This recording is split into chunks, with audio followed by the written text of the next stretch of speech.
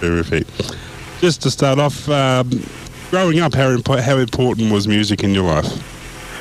Well, it was, it wasn't important like singing every day like Appalachian people do or such, but it was something that was, the radio was on in the morning in the kitchen for my mother, and in the evenings, particularly throughout the weekend, there would be various records spinning on the console record player in the living room.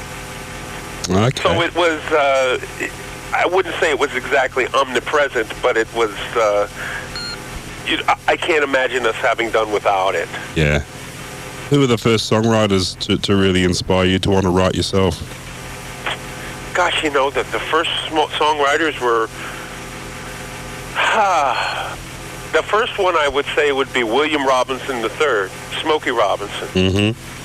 And then as I got to college, was the next time I considered songwriting again, and those would be listening to people like James Taylor and Bonnie Raitt and anyone of that ilk, all the folk, acoustic folks. Did a real confidence in yourself as a writer come early for you? No, God, no. Confidence as a writer is still coming. I finally settled into something that I'm just now getting to the point where I think I'm stitching together a good lyric. But no, I would never call what I've been a confident writer. I've been a fairly confident performer all along, but confident writer, no, I can't say that. Tell us about those early days on the Boston scene. What sort of grounding was that for you? I'm sorry, say that again? Your early days on the folk scene in Boston? Yes, again, I sort of made a little bit of a name as a performer of note, and this was in the late 80s, early 90s, this was an incredibly seminal scene when it came to folk music, this Boston area. And it still is. There's quite a few people coming up out of it, although it's not as supported. It's not as supported because of the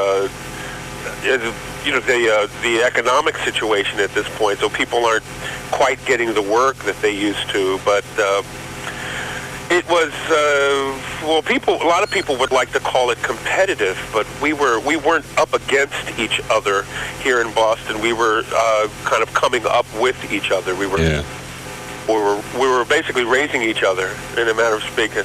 Was there like a sense of community amongst the performers? Absolutely, absolutely a sense of community. The only time it felt competitive is when you heard someone write or perform in such a way that you knew that the ante was up. I mean, you had to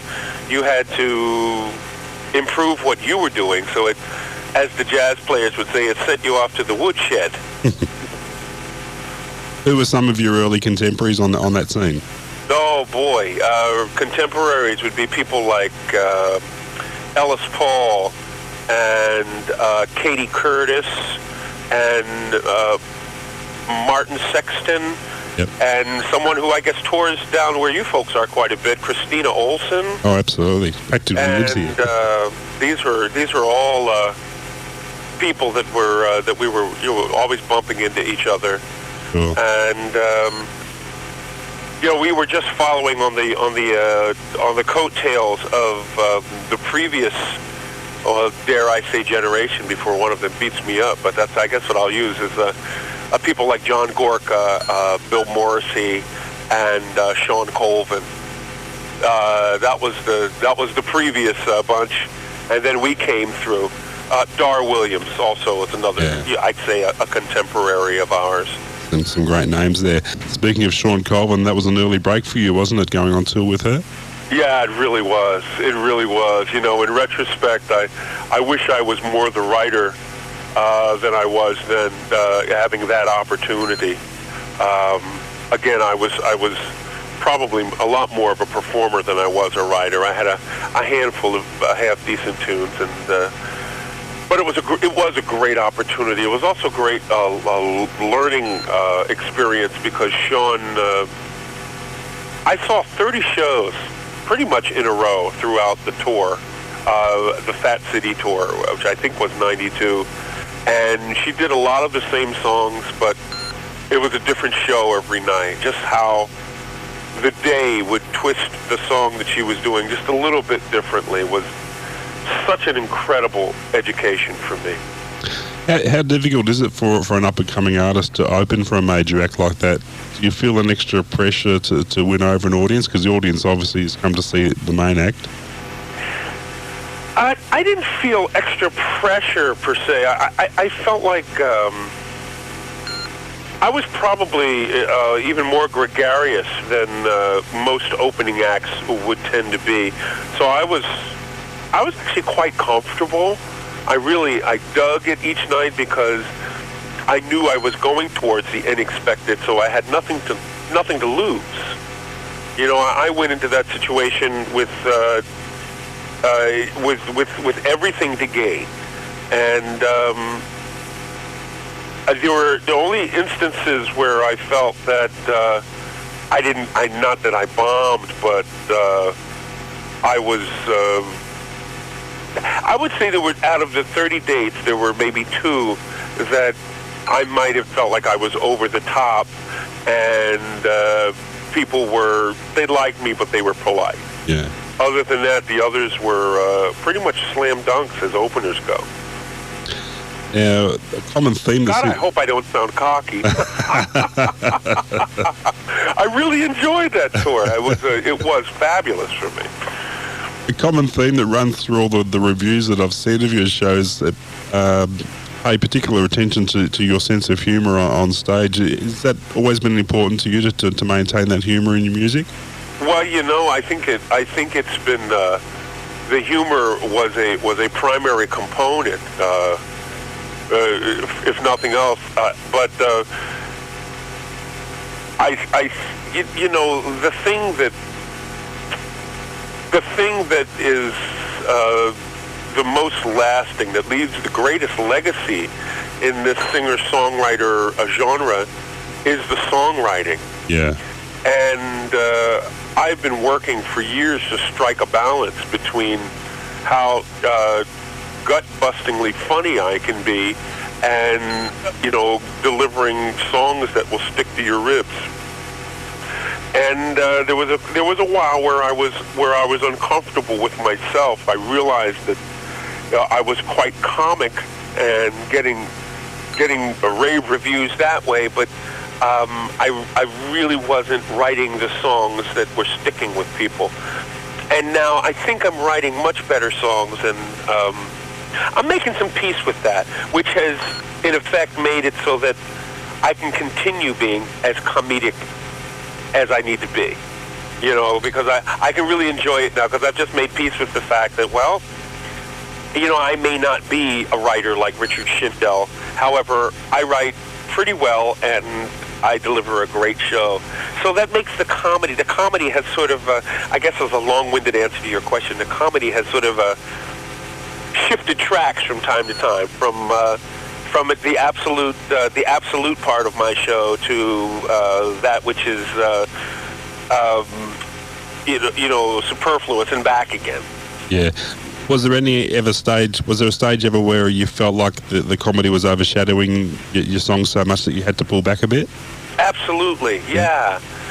Which in its own way is ridiculous. You should. I feel like I just go out, and if I do my show, I do my show.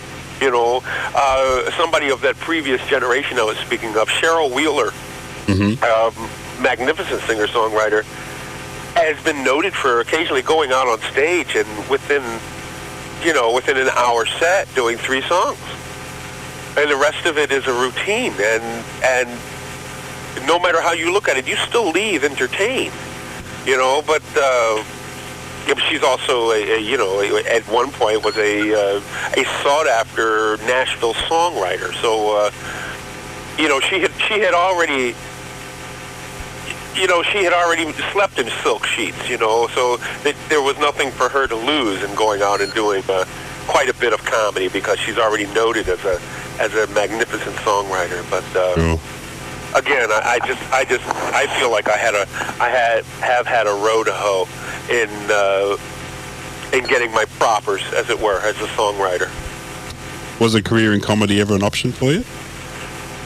You know, other people have said I could do stand-up, but I don't know.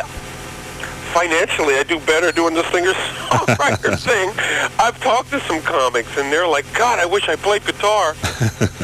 You know, the thing about singer-songwriter is that, you know, that there's that role that you get into with comedy, and you're just, you know, you can just stay on top of what you're doing, but for so long in the midst of a set. And I feel like the great thing about being a singer-songwriter is that at some point in that, I can step back and play a great song, and then come back and do comedy. Yeah. So I get to give myself a break. Thanks to you know, the singer-songwriter thing is, it's much easier to get up in front of a folk audience and do comedy than it is to get up in front of a comedy audience and do a bunch of folk songs. So I think I'm very happy where I am. You feel like you've finally maintained that perfect balance. I'm sorry? You feel like you've finally maintained, you've got that perfect balance happening now. I'm getting closer to that balance. Yeah, far closer than I've ever been. And it's a great place to be in. The interview where you were quoted as saying you wanted to be recognised more as a writer than a performer. Do you think you've achieved that yet? I haven't achieved it yet. I'm going there, and it feels good going in that direction. And I think part of that is just being around. I mean, the very nature of having to have an album out every 720 days or so forces you to be a better writer. So it's sort of happening naturally. I guess in my worrying about it, I didn't have to worry about it quite as much. I guess what I guess I needed to do was to just go ahead and keep writing and keep the bar high. You know, keep listening to, you know, when Lucinda Williams does a new album, go check it out, and make sure that you're not, you know, BSing anybody. Which is a more comfortable place for you to be, on stage or in the studio? On stage, by far. Yeah, the studio is, there's a lot of four walls going on with the studio for me, and spontaneity tends to take an early death in the studio. However, that's also another aspect of this whole career that I'm actually getting a lot better at. Yeah. I'm getting much better at being in the studio. So I'm enjoying it a lot more than I used to, but I used to hate the idea of that kind of permanence to what I was doing, to any of my art, and now I'm getting a lot better with it. Talking about your songwriting, what do you think is your best quality as a songwriter? Wow, my best quality as a songwriter is, I think currently my best quality as a songwriter is my ability to paint a picture, to take a broad idea and put it out as a simple, personal picture.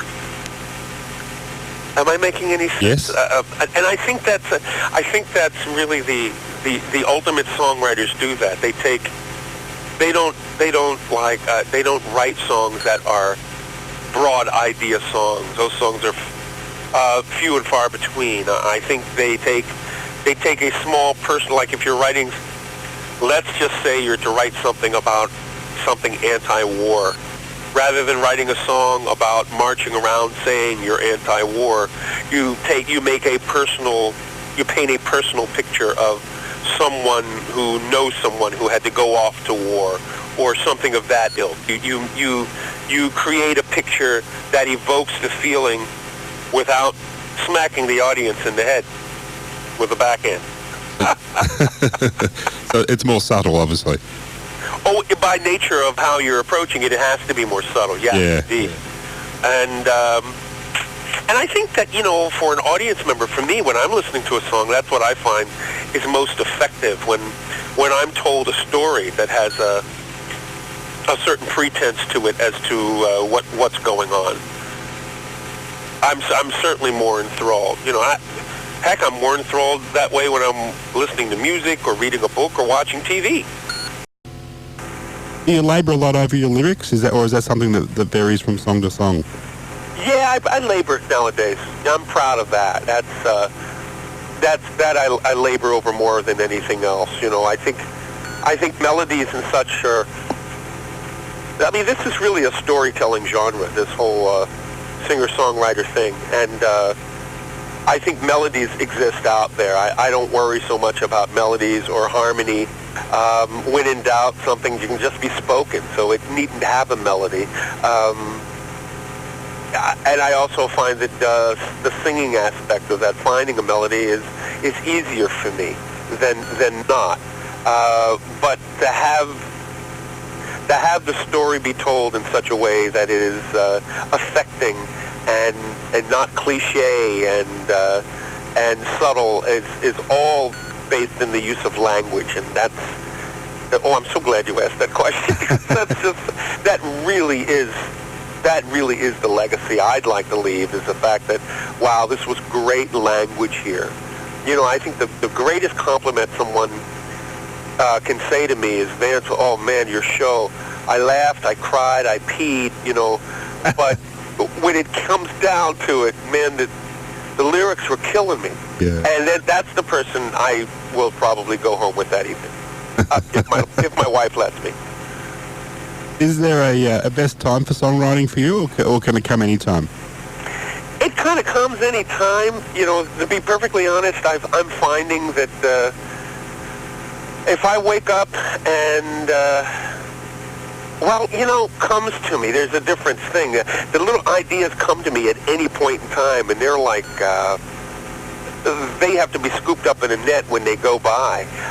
But when it comes to sitting down and writing, I am finding that if I get up, I see my wife off to work, and by the time it's around 11 o'clock in the day, I start writing, and I can write almost through to the dinner hour until the dog bothers me to go out.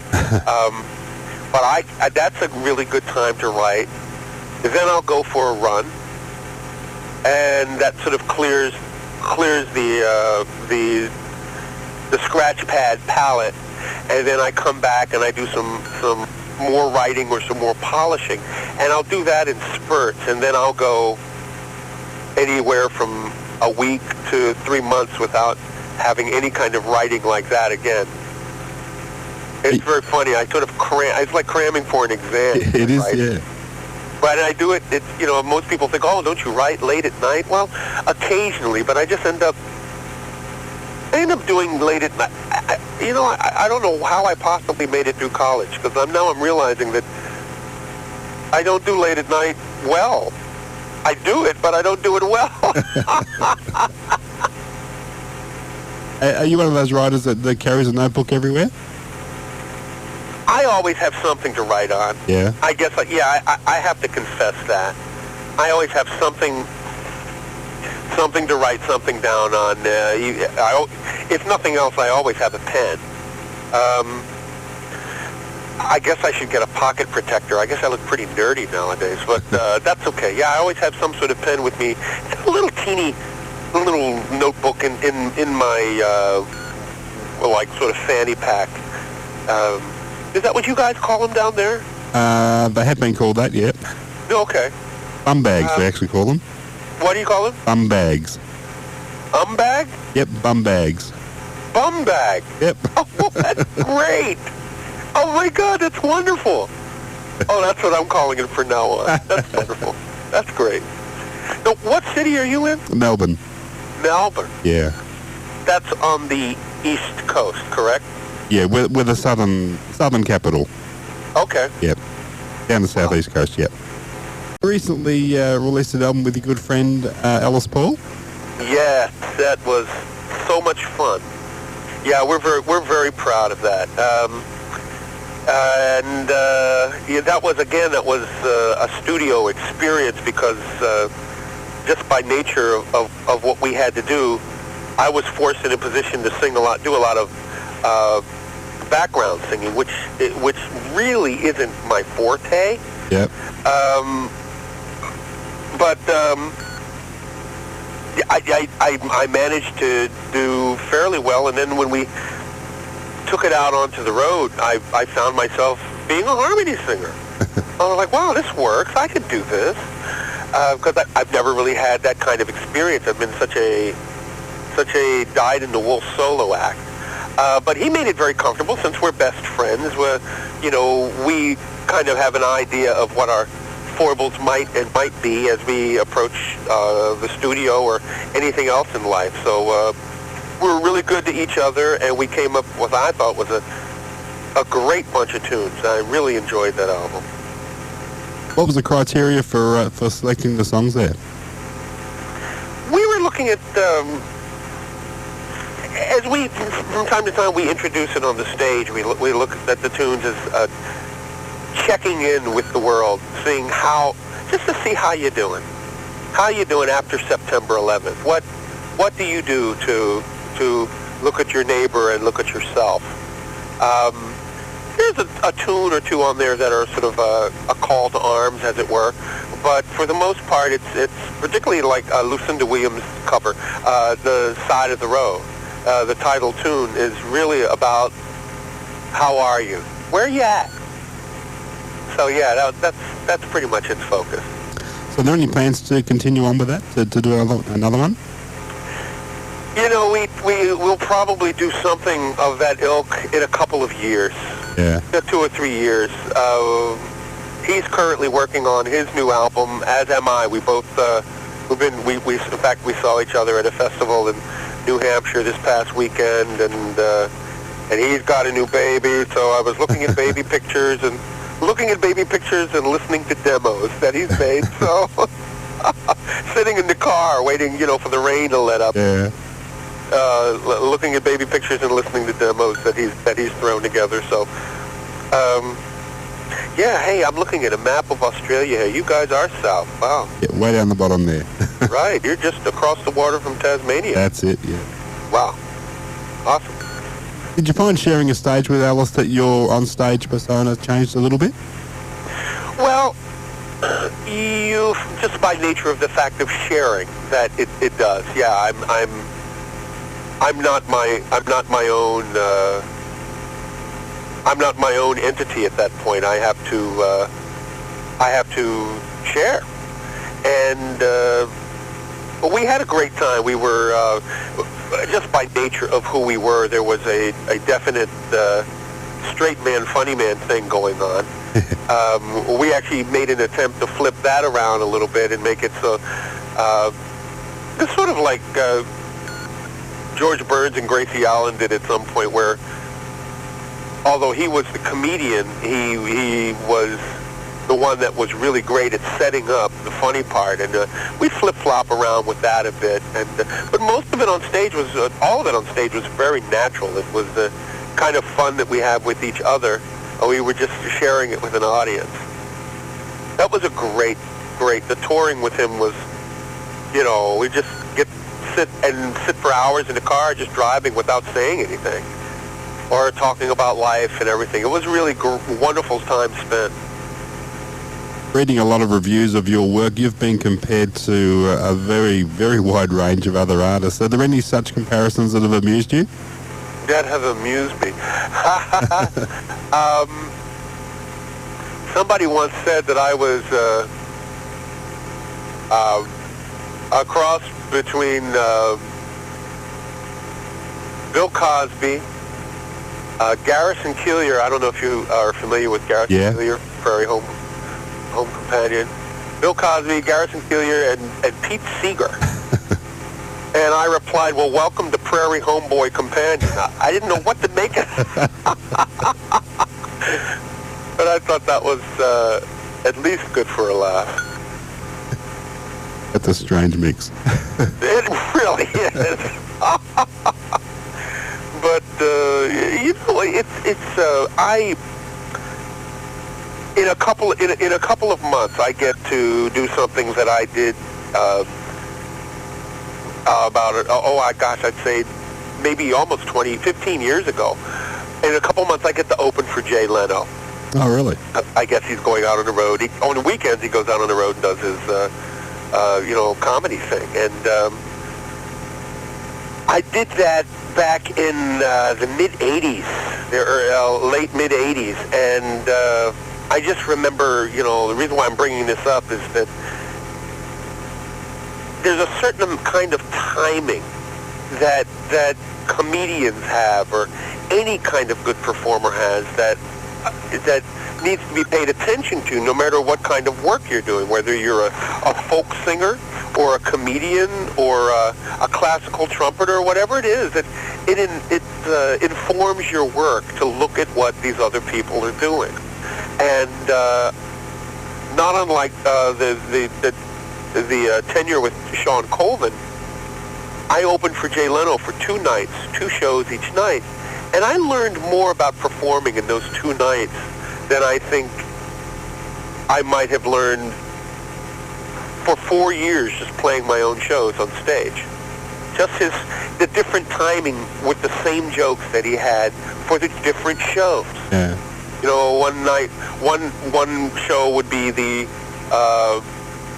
early Ermines and Pearls post-dinner set, and then the same show he delivered to the college frat boy set. It's the same show, but the timing is just a little different. Yeah. And I just found that to be fascinating. So, when it's wonderful to have these odd comparisons to other people in other genres, because if you're not taking something out of those, then you're kind of not listening. Now, your last record was self-released. Is that the way you think you'll continue to go from now on? I think so. Financially, it makes so much more sense, and I have so much more control, and all of the above that goes along with that. Yeah, I'm actually quite thrilled with releasing my own thing. Now, I guess you don't need to sell anywhere near as much to make probably as much money. Exactly, yeah. And believe me, I don't sell as many as Ani DeFranco or people like that. I certainly don't sell like that, and the whole idea of distribution and getting them into stores is in a lot of ways for moot. It just doesn't translate into cash dollars for me, and money is an odd bottom line. I tell people that I want to make as much money as possible doing as much art as possible. And those two things coexist very, very well for me. And if I make good money, then I can duck back into the studio with some of that and make killer albums. And that's how it seems to be working for me. And it's a nice place to be. You mentioned before that you're in the stages now of putting together another album. Yeah. How far down the track are we? I just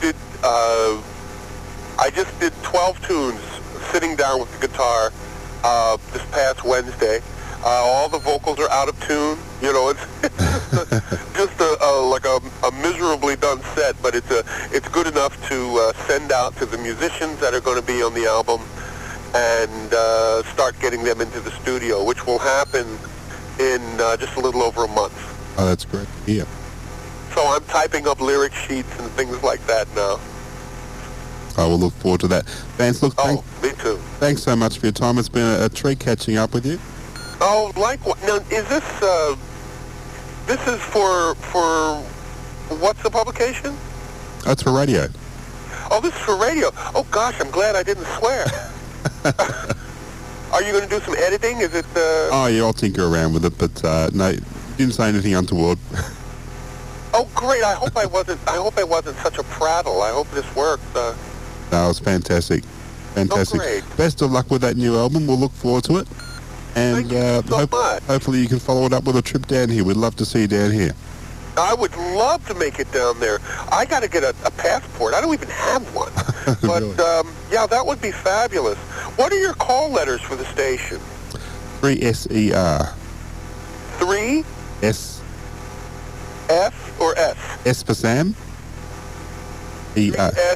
SDR ER. in Melbourne. Great. Okay?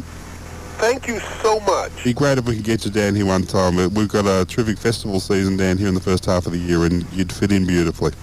Oh, I would love to be down there. That would be fabulous. That's great, Vance. Fabulous. Thanks again for your time. All right, thanks so much. All the best. Bye-bye. Bye-bye. Same to you.